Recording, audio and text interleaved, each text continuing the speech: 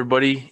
This is the Rude Horror Podcast. I'm Marcus Rude, and today I'm here with director, producer, actor Sean Donahue, and he's made movies such as Cannibal Claws, Naked Cannibal Campers, Death Escort Service, and he's here to talk about his new film called Zed's Dead. Sean, how are you doing today, man? Good. How you doing? Good, man. I'm glad to have you on here. Thanks for having me. So, before we dive into Zed's Dead and maybe some of your other films, when did you first discover your love for the horror genre? Man, I mean, really, when I was a kid, I guess. I mean, I was an '80s kid, and I grew up renting videos from video stores, and I think I was just, like a lot of people. I'm sure you've heard this. I would say the same thing. I was attracted to the box cover art. My parents were really cool, and they let me rent stuff that I probably shouldn't have been watching. And I rented, horror and comedies were always my two go-tos. I rented a lot of stuff, from there. But yeah, I think really just the inventive box cover art is what lured me into wanting to watch the movies, in the mid 80s, at your mom and pop video stores. Right. Yeah, dude. The box art always got me too. And it's funny because some of the box art, it'll show something that's completely different than what's in the movie. Oh yeah, that would upset me sometimes. You ran it like, oh man, this doesn't happen, but sometimes, I mean, it would. They're like, oh okay, but nevertheless, I fell for that trick many times over. It would, it's like, because back in those days, that's all you had. There was no, a lot of those movies didn't have commercials on TV. There was no internet. That box cover was literally all you had to go by, whether or not you were going to pay money to watch it or not. Right. Like the one that comes to mind, I think it was from like EDDE, and it was supposed to be like a women in cages type movie. Okay. And like I forgot the exact title, but one of them, like the cover had like these two hot chicks on it, and I was like, okay, like this might be kind of interesting. And I go to watch it, and it's like the girls. First of all, the girls aren't even in the movie that were on the cover, and then the movie looked like it was probably filmed in the '70s, so it was probably like a '70s, women in cage exploitation type film. And I was like, oh my gosh, I got sucked into this one by the cover. Yeah, no, I mean, that would happen. And I mean, I think anyone who rented videos knew that was part of the game, like the box cover arts could be misleading. And then sometimes the box cover art was cool and misleading, but the movie was still cool anyway. One that pops up in my mind, you ever see the movie House? Yeah. Okay. Right. That box cover, if memory serves, was like this weird, veiny looking hand, and it was pushing a doorbell. And for some reason, I don't know, I just always thought it was neat. That scene in the movie never happens. You don't see that hand push a doorbell, but nevertheless, the movie was still cool. Right. Yeah, I agree. I agree. So yeah, box cover art, man. That's how I got lured in, and then just kept watching movies, and I don't know, I like horror movies. I don't know why. Right. Sometimes you don't really need like a definitive answer. It's just it's I find it interesting, I guess. Yeah, it's art nonetheless, and it's definitely a lot more interesting than some of the other genres of film out there. Yeah, I mean, I like movies in general. I mean, there's a lot of movies that aren't horror that I like, but I don't know. I mean, the cool thing about, what attracted me to horror movies, to making them, is, it's something that you could do fairly cheap and you can still reach an audience with it. Like if I made a drama or a comedy, I don't think I've made it kind of a dark comedy. I didn't, and I didn't get the kind of a praise that I got on some of my other stuff, Yeah. And like with the horror genre, it's one of those genres where it, it really is big in a sense of conventions, for instance. Like there are some sci-fi conventions, like with like Star Trek, Star Wars type of and so forth, conventions, but horror really is kind of like the bigger one where it draws in bigger crowds, and a lot of people want to meet people that have worked in the horror genre. And Yeah, no, it's don't get me wrong, I think it's interesting and awesome, but I still don't quite understand why either. It's like, it seems like people that are into horror, they're either really into it or they're not into it at all. And the people that are into it collect movies and posters and t-shirts and hats and toys, and there's no other genre where you see people collecting stuff like that. And like I said, I'm not even sure why. Like, I don't know why. I mean, I think it's cool, and I'm, just as guilty, but I don't know. I don't know why people do it. yeah, it's not like oh man, next week there's an action convention going on. Yeah, oh, and I might be interested in going to something like that just to like see what it would be like. Right. But I don't know. It sounds odd. It sounds weird. Yeah. Like, I mean, action maybe okay, but like romance or like Yeah, comedy, like like a romantic comedy convention. I right? don't see. I mean, like, what are you Lifetime gonna presents. collect? Yeah, like, I mean, maybe I don't know, because I've never seen anything like that happen. That might work. I wouldn't want to be the guy that tried it, but I'd be curious to see what the result would be. Right. Yeah. Yeah. I don't know. That might be kind of a little too far of Yeah, as far as I would go. But who knows? It might float someone's boat. I don't know. But this kind of leads into my next question. How did the Tampa Bay Screams Horror Convention come about, and what can people expect when going to an event? Okay, so Tampa Bay Screams started in 2016, and what happened was, I had been here for a few years up to that point, and I had done some out-of-state conventions, in-state conventions, as a vendor, promoting my movies and selling them and stuff like that. And then I just got the idea one day. I went to a smaller convention, and I said to myself, I was like, I think maybe I could do that. Maybe I should give it a try. So, um, I took a look at some hotel ballrooms, and a lot of them were like overpriced. And I was like, hey, this isn't going to happen. And then I found one that was affordable, and you could only fit maybe about 30 or so tables in it. And I was like, it might be worth trying. So we did our first convention, like I said, in 2016.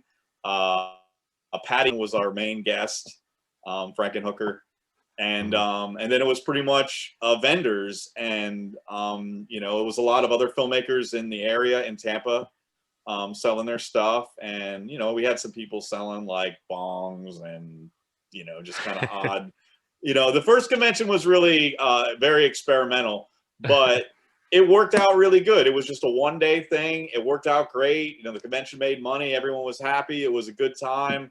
I got all kinds of write-ups on it. People like just they what I think mainly the people that went were people that had been going to conventions for a while, and they had been to a lot of bigger conventions, and they hadn't seen something small like this. And you might be like, well, it's a small convention. Why was it so cool?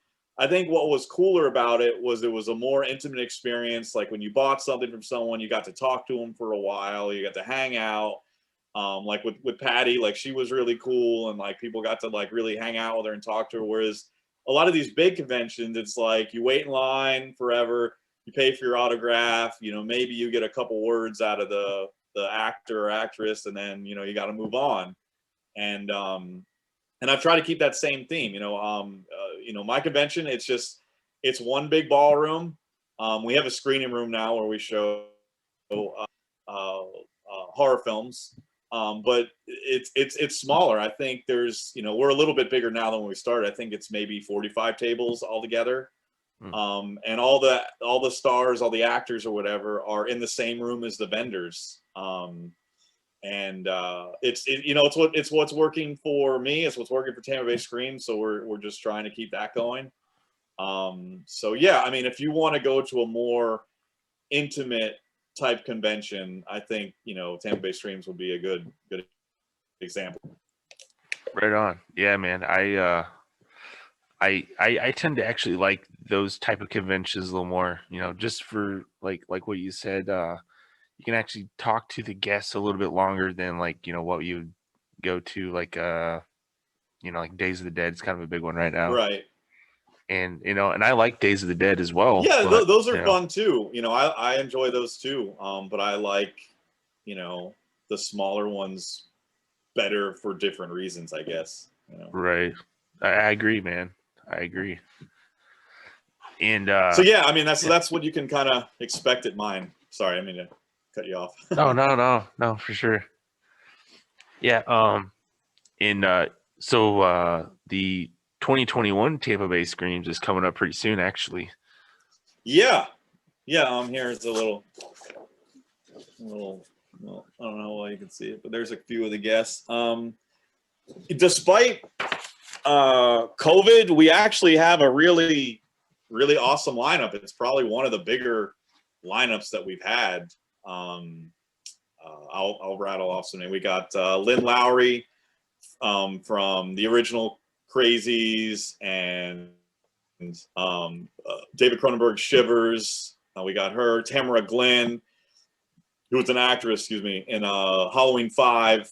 I don't know how familiar you are with that movie, but there's a Halloween party, and she's wearing like this red devil get up, and she gets killed with like a pitchfork. Right. Yeah. So I always thought that was kind of cool. She's gonna be there. Camille Keaton from I Spit on Your Grave, the original I Spit on Your Grave. Joel Wynkoop, which if you don't know who he is, he's been a veteran B-movie actor since the 80s. He's in a lot of Tim Ritter movies. Have you seen any of Tim Ritter's movies? Truth or Dare? I think maybe I've seen a couple. You know, his name is pretty prominent in the horror genre, so I've seen his name in some trailers and whatnot. If you haven't, definitely check him out. I would recommend any of his Truth or Dare movies or Killing Spree. You know, they were the lower budget movies of the 80s, you know, and he was just a regular guy that just wanted to make a movie, and he made a few, and they're really awesome. So anyway, Joel Wynkoop is one of his actors that he uses very frequently. That's in those movies. And Joel's got his own stuff too. He's been directing and making movies for years. So he's going to be there. John Dugan, the grandfather in the original Texas Chainsaw Massacre. Nice. I've never met him, so I'm pretty excited about that. Marilyn Eastman, which is the mom that gets killed by her kid in the original Night of the Living Dead. Wow. She's going to be there. So yeah, I'm really excited. I'm a big fan of Night of the Living Dead, so it's really exciting to have her. Who else? Oh, and last but not least, Lisa Wilcox, which plays the role of Alice in A Nightmare on Elm Street 4, and Part 5 too, I believe. Mm-hmm. As well as we got two of the effects artists that worked on that movie, Nick Benson and Mick Strawn. They're going to be joining her. So it's kind of a mini Nightmare on Elm Street Part 4 reunion, I guess. That's awesome, man. And then we have our vendors. You know, we got a lot of local filmmakers like Dustin Hubbard, Sleazebox, Chris Woods, Steve Rudinti. He's not local, but he made a movie called Carousel. I can't pronounce it. Okay. J.R. Bookwalter. He's been making movies for years. Todd Sheets. So we got a lot of indie guys coming out too that are going to be selling their movies Wow, and man. stuff. That sounds Yeah, pretty awesome, actually. yeah. So I mean, that's another thing we like to do is we like to get a lot of indie directors in, because a lot of these guys, I don't think they get the attention that they deserve. They're out there trying to push their stuff just like me, and I'm a filmmaker too, so I know what it's like. So I like bringing those type of people in too, so new people can discover them, and they get their shot at it too, man, because it's hard doing this. It's hard to make a movie. It's hard to promote a movie. So any help Oh, that you can sure. get is always like doing this podcast show. I try to Like, do anything like this that I can to meet new people and keep my name in the limelight, I guess. for sure, man. Hell yeah. I got to give a shout out to Nick Benson. I've had him on the show before, and Oh, cool. That's awesome. I've never met him before, so I'm excited about that. yeah, he's a super cool guy. I talk to him every once in a while, and Cool. I think he tagged me in a post to where I started talking to you and was like, "Hey, man, yeah, let's get you on the Yeah, show." that's how I think I might have found out, because I was like, hey, I'd love to do a podcast, and a few people responded, but I guess you went the extra mile and we got talking, because some people were just like, yeah, and then I didn't hear anything back, so I'm like, Oh, okay. So you like gotta help me to help you, like what do you get this up? right. It's So kind of like a two-way street, yeah, you gotta put in a little work too to not saying you, but like the other right, podcasters. yeah, yeah. Uh, yeah, man, no, very cool. The Marilyn Eastman, addition to your horror convention is like that. That's Yeah, legendary, man. yeah, she doesn't. I don't Yeah. think she does a whole lot. I haven't seen her around too much. So the fact that I was able to scour the earth and get her to be a part of this is really cool. And I mean, she's an old lady, man. I mean, she's 80, either 85 or 87. So Hmm. like I said, I'm excited to have her. I'm excited to agree to do it. Right. And I don't know, like to me that just sounds like she's probably a strong woman for Oh being able yeah, I to mean, do. obviously with she's she's aware of I told her, I was like, it's going to be mask required. We're going to have a temperature gauge check at the door. We're doing everything we can, and not to say that she sounded like she didn't care, but I don't think that she was just like, yeah, whatever, I'm coming. And I'm like, okay.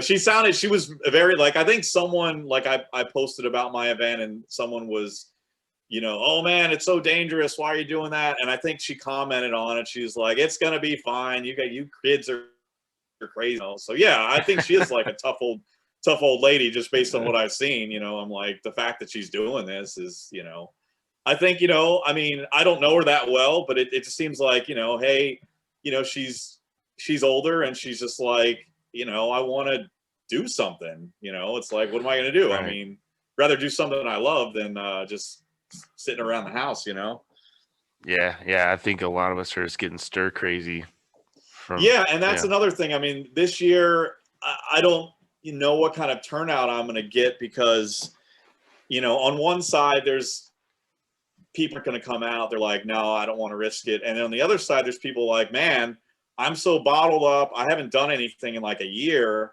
This is something that's happening that I can do. I want to do something. Right. So, Yeah. Yeah, I think a lot of people can agree.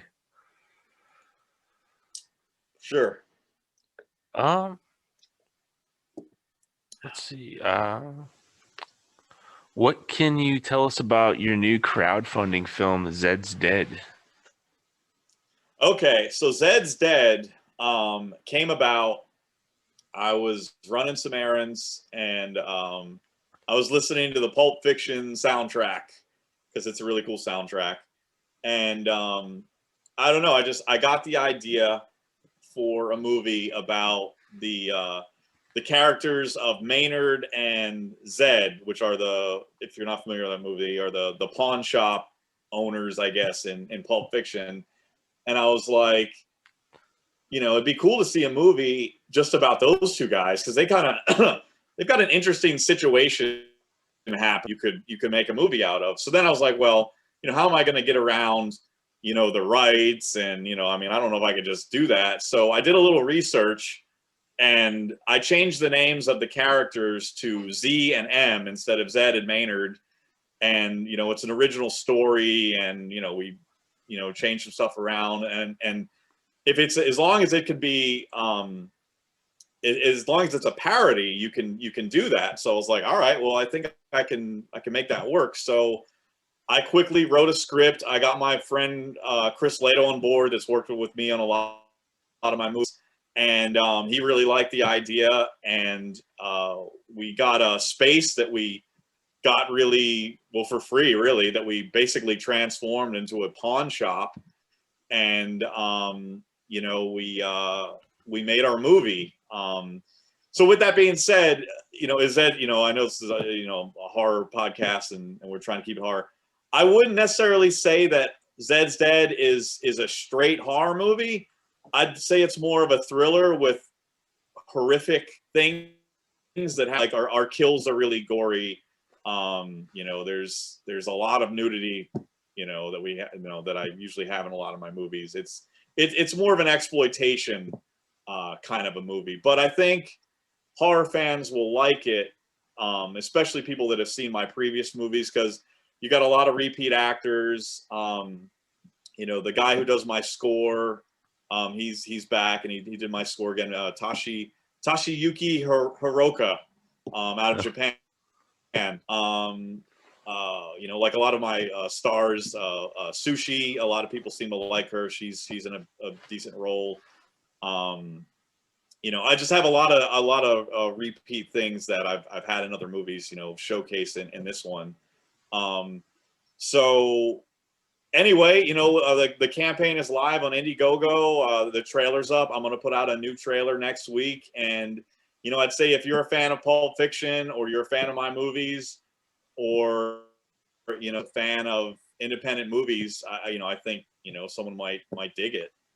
It's something kind of different, I guess. Right on. Yeah, I always liked T Reno's movies, and Pulp Fiction's awesome. From Dusk Till Dawn. Like a lot of those movies, they're kind of like I'll say, like, for Dusk Till Dawn, it almost doesn't play out like a horror movie till like halfway through the movie, it seems. Totally. And then then it just kind of flips upside down. So, like, and even like with the beginning half of that movie, like, it was still just entertaining, and Yeah. kept you into the movie. So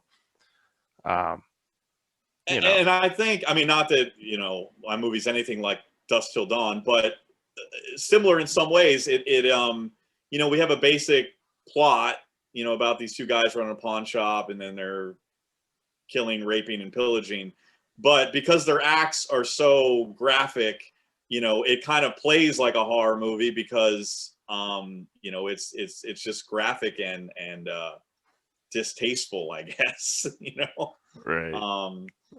But yeah, I mean, I think a horror fan would like a movie like this, even though, like I said, even though it's not like a straight horror movie, just because of its graphic nature. Right. Yeah, I think a lot of horror fans can kind of get into like the exploitation type films, so it's probably not too far off, I would say.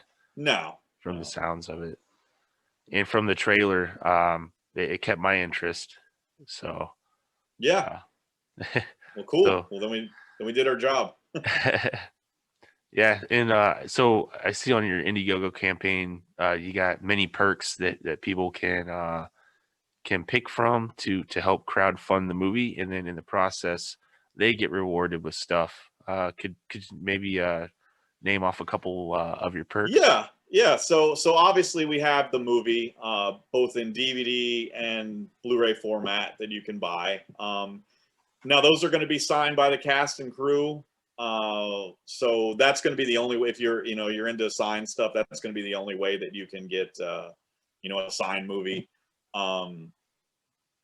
are available. Special thanks credits if you know if that's your game, you like seeing your name in the special thanks credits. There's that.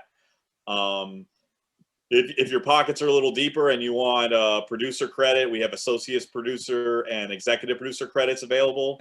And you also get a copy of the movie if you buy those. And then you know, we have a lot of our props that we use. And this movie had really cool props. Like some of my movies have had cool props, but I think this one probably had some of the coolest ones. You know, we've got everything from bloody dresses and body parts to the Pulp style briefcase. We got the Gimp outfit. That actually someone already bought that, which I played the Gimp in the movie, by the way. You know, we've got weapons, we've got hammers, we've got bricks. You know, if that's your kind of thing. I know I'm forgetting some stuff, but just, you know, props from the movie, and I'll make a certificate of authenticity, so you know you can, hey, it's official or whatever. And some of them have sold. Some of the stuff that I thought was going to sell right away didn't, and some of the stuff that I thought wasn't going to sell, you know, sold. So you know, there is still a lot available, you know, if someone's interested in that. But anyway, yeah, the campaign's going pretty good. You know, we got about 55 or 54 days left, and you know, I'm just trying to push it and get as many eyes on it as I can, and you know, hopefully people like it. You know, at the end of the day, you know, it's cool that people are supporting it, but you know, I tried to make a movie that was entertaining. You know, first and foremost. So I hope people find it entertaining when they watch it. Right on, man. Yeah, speaking for myself, I can't wait to check it out. It looks entertaining and interesting.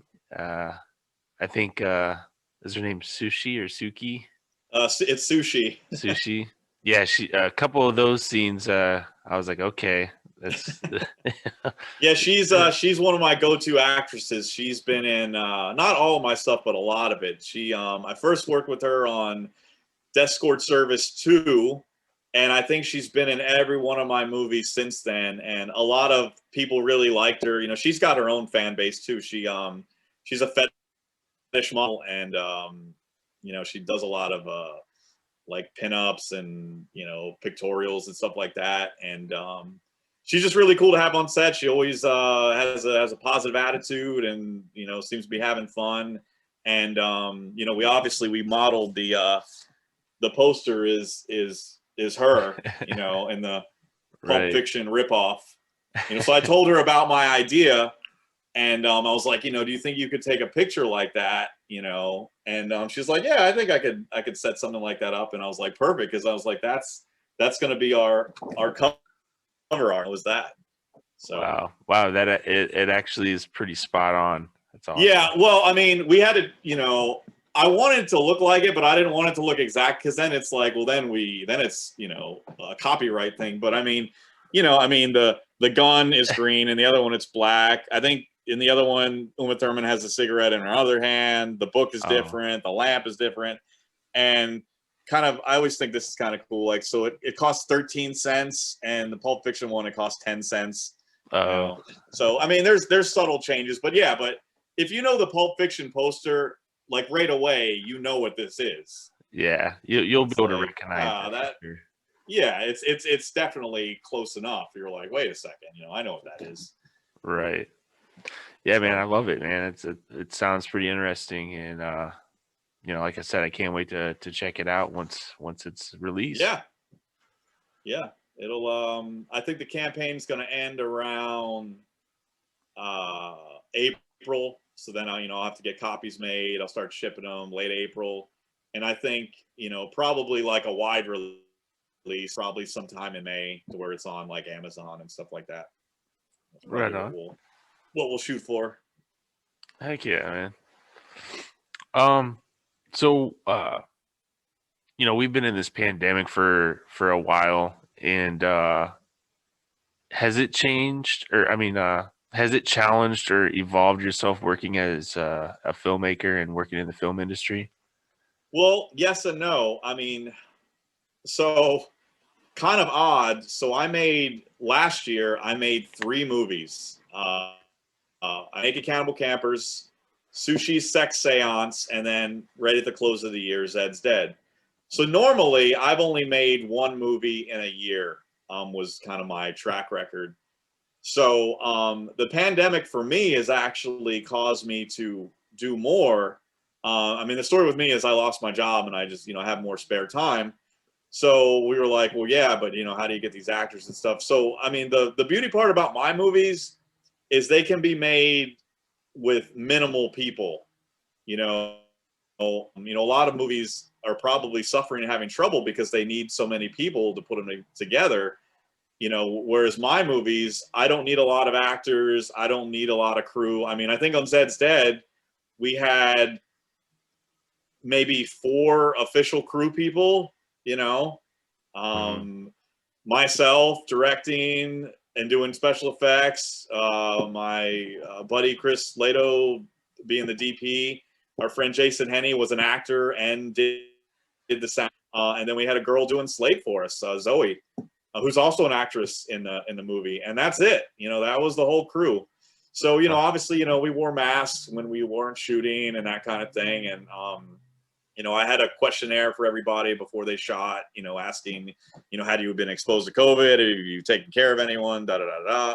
And knock on wood, no one got sick. We've been very fortunate, and like I said, I think in the indie world, it's a little bit easier for that reason for us to make a movie is we can do it on a smaller scale than with Hollywood, where you need 50 people just to get something started or more. I don't know. Right. So yeah, for me, it's caused me to make more things, and That's awesome, man. That was definitely not the answer I was expecting, but hey, man, that's awesome if you can pump out 3 movies during a pandemic. Like, yeah, no, holy and shit. it's not something again that I planned for. Like, what happened was I lost my job, and I had to go basically a whole month not seeing any friends, not going anywhere, and I just got bored. So I'm like, well, this isn't going to last forever. Maybe I should write a script. So, well, I was thinking about that. I had recently watched a movie called Porn Star Zombies. Had you ever seen that? No, I haven't.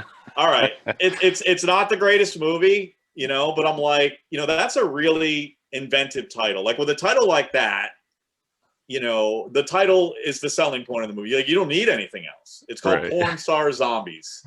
And like I said, it wasn't the greatest, but I watched the whole thing and it kept me interested. I'm like, cool. So I was like, that's what I need. And I'm really on titles of my movies. Like it's got to be something that kind of comes out at you. So like I don't know how it just happened. It literally just jumped into my brain. I'm like, how about Naked Cannibal Campers? And I just started thinking about, who I could get to be in the movie, where I could shoot it, and everything just started really piecing it together. And I wrote the script honestly in about 2 weeks. And then I think 2 weeks from that, we started shooting. We shot the movie in 5 days. And then about a month and a half later, my editor had the rough cut. And then, from start to finish, from idea to having a Blu-ray, and we timed it. It was 90 days, and that's the fastest I've ever put something out. Holy shit, man. So That's awesome. yeah, and ZZ pretty much about the same. It's about a 90-day process. So now that we're on that kind of a schedule, me and my partner in crime, Chris Lato, like we kind of like that pace, and we're already in the process of writing another movie, which I don't want to get the title out yet, but this time he's directing, producing, but because we can do it so cheap and so fast, I think that's kind of helpful in the pandemic type situation. Is we're not around these people very long, so it's, I don't know, it's just more convenient, I guess. Right. Right on, man. So Yeah, yeah. sounds pretty interesting, man. I'll definitely have to keep my eyes peeled. Yeah, Naked Cannibal Campers, it's available on DVD and Blu-ray, but unfortunately because of its graphic nature. We did have, I had my friend Chris Woods had a Vimeo channel, and it got, about a month ago, I think, it got completely shut down because all the movies were too graphic on it. And we're like, well, why? Like, who's to decide that? But they basically kind of just didn't really give us an explanation other than like the movies aren't appropriate, and they shut the whole channel down. And the sucky part was the channel was just starting to get notoriety and it was doing really good and a bigger audience, and then they shut it down. So Damn. yeah, so I mean, for me, like, I know streaming's definitely, I mean, for a lot of films, a lot of people, the way to go. But for me, I just have had minimal success with streaming. Physical copies are still what keeps my filmmaking alive. Right, right. And like I'll say with the streaming, like sure it's convenient, but I think physical media is more superior because with streaming services, a lot of these movies dissipate after maybe a couple months. Like, they're only on there for so long and Oh then they yeah, take no, them I off. mean, I've definitely experienced that where, I've watched a movie, I really liked it, and I didn't buy it or whatever, and then, I told a friend about it or I wanted to revisit it, and then it's gone. I'm like, oh shit. So, yeah, I definitely think a physical copy is much more valuable. And two, I'm a big special features guy. Like, I like a lot of the supplemental stuff that's on a DVD or a Blu-ray. You got commentaries, interviews, slide shows, behind the scenes, featurettes. If it's a movie that I'm really interested in, I want to know everything about it. And you don't get that with streaming. You just get the movie. Right, right. Most definitely, man. So like for me, I'm a big fan of like Romero's Dawn of the Dead. It's probably like my favorite horror Oh movie yeah, of all time. definitely. Um, so what was it like working with Mike Christopher on your Well, film, Joe? I Sorry. man, no one's asked me about that in a while. So that was my first film. And I don't really talk about that one too much because there was kind of it didn't end well. Oh, okay. So I discovered Mike Christopher at a little I guess you could call it a convention. It was called the Real Terror Film Festival. It was here in Tampa. It lasted for about 3-4 years, and he was one of the guests there. And I was just getting into filmmaking, and I was trying to put some stuff together. I had made a couple shorts, and I was trying to put together my project, Joe Vampire. And at first, I really wanted Brooke McCarter. Do you know who Brooke McCarter is? Uh-uh.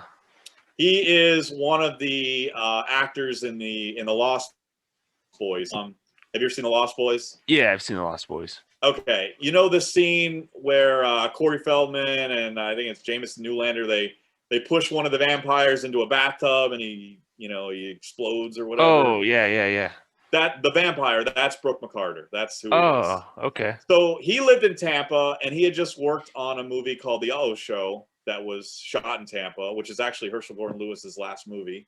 And he was at the little convention that was at. And I was working on a live stage show with him called Splatter Theater. So, I talked to him about it, and he kind of didn't give me a yes or no answer. I think he wanted to say no, but he didn't want to be a dick about it. So, I was moving kind of quick and he wasn't really responding. So I was like, all right, well, let me try someone else. And I thought of Mike Christopher. I'm like, well, he seems cool. And, I kind of liked his look. I was like, I could see him as a vampire. And I approached him about it. And he was kind of a little standoffish too, because it was a lead role.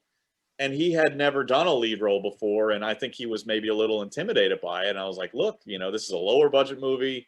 You're not going to get paid a lot, but it's it's a lead role. And he eventually accepted. And so the story goes, so, I put this movie together with some people that I don't really work with anymore. And the DP that I had on board just proved to be really problematic. Like anytime I would direct a scene, he would go over what I said and then tell the actors, no, do it like this. Or he would before I got on set, tell them to do stuff that I hadn't directed, and it was just really, it really sucked. Like it was just like I don't, but I was so hungry to make something that I kind of, with that movie, I just kind of let things go. I'm like, you know what? It's getting made. Things are happening. It's not what I want. It's not, And then also Mike Christopher, he always had a lot of input with what he wanted to do with the character. So, I mean, that movie is honestly like 10% my vision. Oh man. Yeah, so I lost a lot of just creative control on that movie, and I won't go into detail, but my relationship with Mike and the DP, who was also named Mike, by the way, which that was kind of confusing on set. Our relationships just kind of soured, and it just didn't go well, and they weren't happy with the outcome of the movie, and they really didn't help promote it or anything, and that movie it didn't really do well for me. With that being said, it was a learning experience. Like I definitely learned a lot for making that movie, and my next movie, Die Die Delta Pi, I think absolutely benefited me from the mistakes that I had made on Joe Vampire. Yeah. Well, yeah, that's kind of a shame, but But yeah, you should check it. I mean, if you're a fan of the Dawn of the Dead and you want to see the Harry Christian play vampire, you should check it out. Right? Yeah, because he really didn't have too many roles. No, I mean that's probably his most memorable role. And I don't, like I said, we don't really keep in touch much anymore. I don't know what he's done past my movie, but he's definitely he's Joe Vampire in Joe Vampire. So. Right on. Well, maybe for a minute we'll move away from your films, possibly. So, like, what horror movies have you been watching lately that you really dug? I mean, in recent times, I mean, two that come to mind just because I saw them in the past week. I recently watched the House That Jack Built. Have you ever seen that? I just bought it recently. I haven't gotten around to checking it out.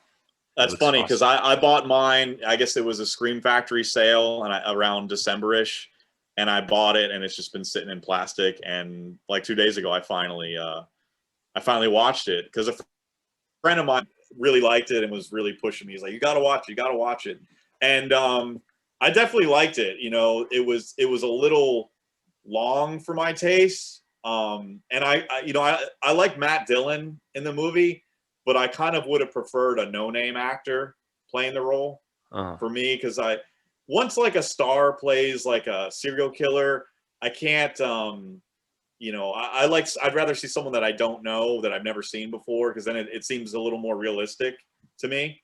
Right. Because it's like, this is like he's not killing anybody. With that being said, I thought he did a really good job. Like, there's no question that he did a good job. But other than that, like, it's a really cool movie. It was just some really kind of grotesque stuff that I just kind of caught me off guard. And, it kind of almost felt a little bit like a reality, like the way it's shot, it felt like a reality TV show with Matt Dillon. Like he's almost he doesn't talk to the camera, but he narrates what he's doing, so it's like he's kind of talking to the audience. So I thought that was kind of cool. And yeah, it was pretty interesting. Another one I recently watched, probably more of a thriller. It's this movie called The Vanished. Have you heard about that at all? I feel like there's like 10 different The Vanished movies. Well, there's Vanishing, The Vanishing. This one is a new movie called The Vanished. It stars Thomas Jane and Anne Heche. And it's basically about this couple that goes to the woods. They go camping in a big camper, and their daughter turns up missing. So it becomes a kind of a murder mystery movie. So throughout the movie, there's other kills that happen, because supposedly there's an escaped convict on the loose killing people. But it kind of has a really surprise ending. Like, I don't want to give anything away to you or anyone that might check it out, but it's, when you see the ending, it's totally not expected, and you're like, I can't believe what happened, kind of thing. But it was a really good movie nevertheless. And I'm not, I'm not a big Anne Heche fan. I don't know, I don't really dig her, but she was awesome in the movie. It's on Netflix if you want to check it out. Right on. Heck yeah. I have seen other stuff, but I watch so many movies. It's just hard for me to like. Oh yeah, I can't remember everything. Right. Yeah. Yeah. Same here. It's like I watch so many movies, and then I fall into like little slumps where it's like, man, I've watched so many movies at one time. Like I don't get burnt out, but I kind of stop watching movies for a while, do some other things, and it's like, all right, now Yeah, I got this watch pile building up. I need to start watching. Yeah, it's I don't watch a movie. I try not to force myself, because I mean, watching a movie should be an enjoyable experience. So I don't want to, like, because I got a watch pile too that's getting out of hand. But I eventually get to it all. I eventually watch everything. Right. But yeah. Anyway, those two movies, they're two that I've recently watched that I thought were good. Right on. Worth checking out, definitely. For sure. For sure. Do you have like a favorite horror subgenre? I was thinking about that. I mean, I have a few, but one that really, I like, I guess, you could call it a subgenre, and there's even a subgenre of that is kind of the more like TNA kind of horror movies, like your sorority slashers, your cheerleader slashers, your gym or massage parlor slasher movies, where like the theme is basically a nutcase slashing up attractive women, which I mean, I'm sure of that, but I like the sorority girl, cheerleader stuff. Like, let me think of some examples: House and Sorority Row, Spirit Camp, Cheerleader Camp. Those types of movies. And I mean, I made Die Die Delta Pi is a sorority house slasher movie. I kind of like more the B-rated, second-rated horror movies. Like, of course, you got like your Screams and your Nightmare on Elm Streets and that type of stuff, which I do like those, but I kind of like the lower level stuff better. I don't know. I think I like the cheapness of it. I think it's usually a little more inventive. Like when horror movies start having big budgets and star actors, for me, it kind of like takes me away from it. It doesn't seem as realistic as where, like, okay, I don't know any of these actors in this movie. The kills are usually a little more graphic in the lower budget stuff. And, the movies are a little more, they try to push a little harder with everything. I like that kind of stuff. The lower rent sorority slasher type movies. Oh yeah. Yeah. Those, like, you can't go wrong with those type movies. What about you? What kind of subgenres do you like? Well, for me, yeah, like I mean, like slashers in general. I guess a sucker for slasher type movies, and I like to see like what all the different types of scenarios that a slasher can be in. Everything. Yeah, like anything that people can think of, it's going to be incorporated into a slasher somehow. Yeah, it's hard coming up with original stuff now, because a lot of it's been done. Right.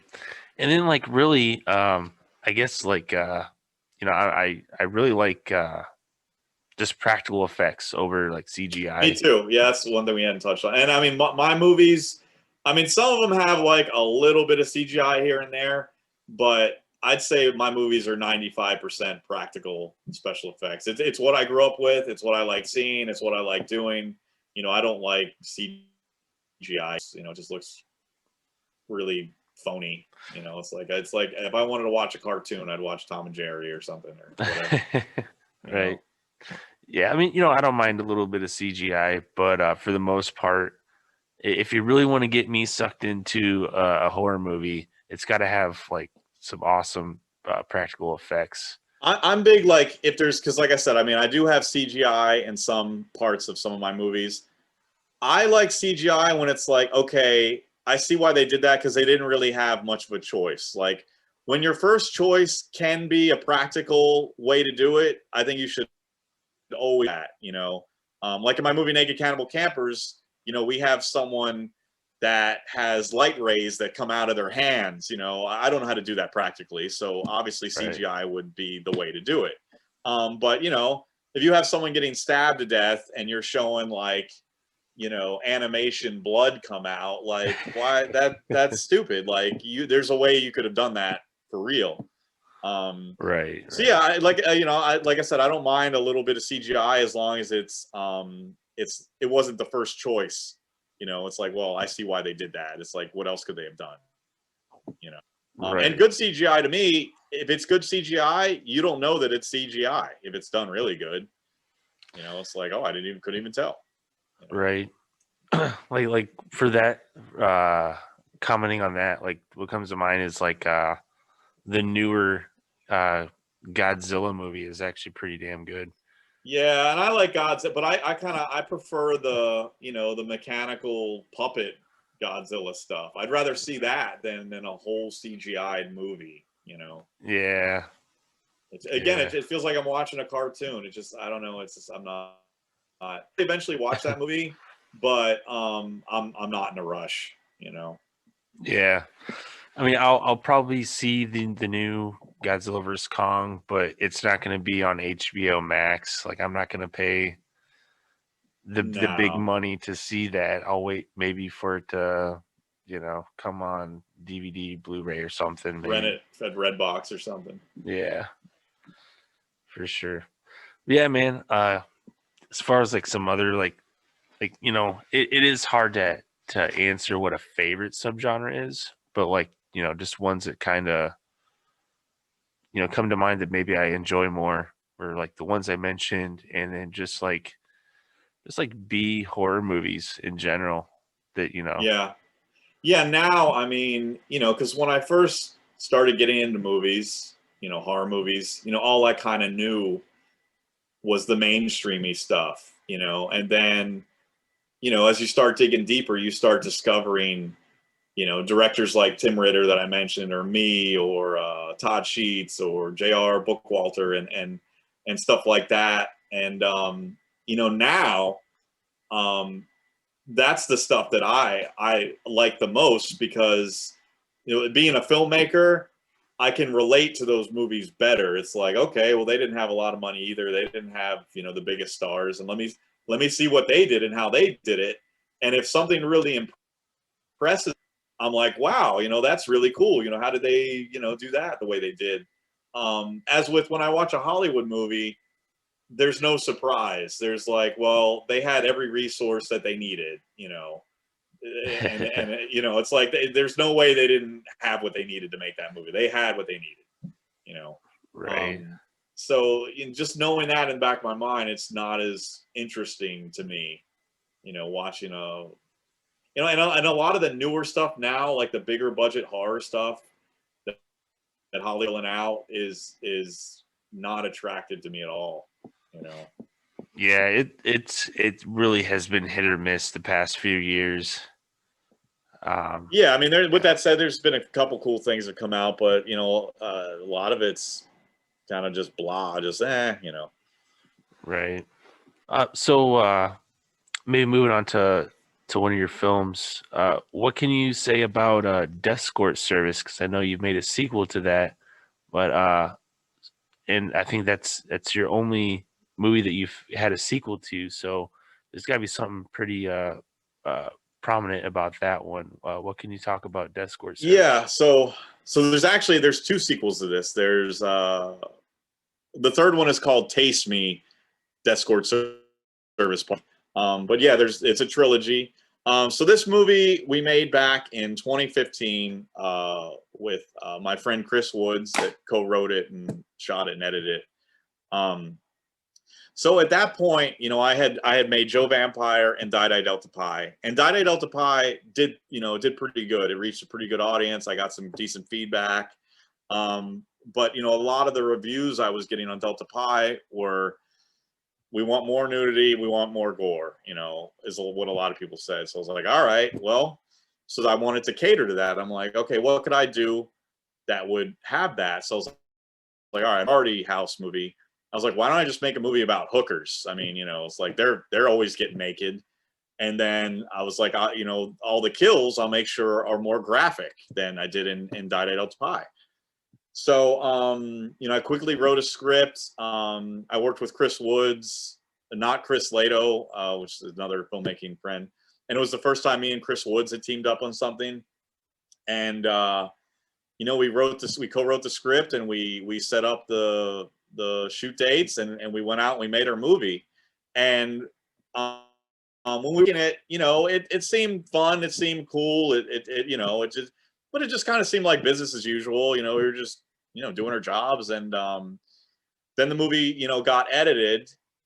Chris Woods edited it, and we watched it together at first, and we both liked it. We were like, okay, I think this is kind of edgy and cool, and we thought it was all right. So then when we finally released it, like we had a showing here in Tampa, and we probably had, I don't know, maybe 50 or 60 people show up, and we got a really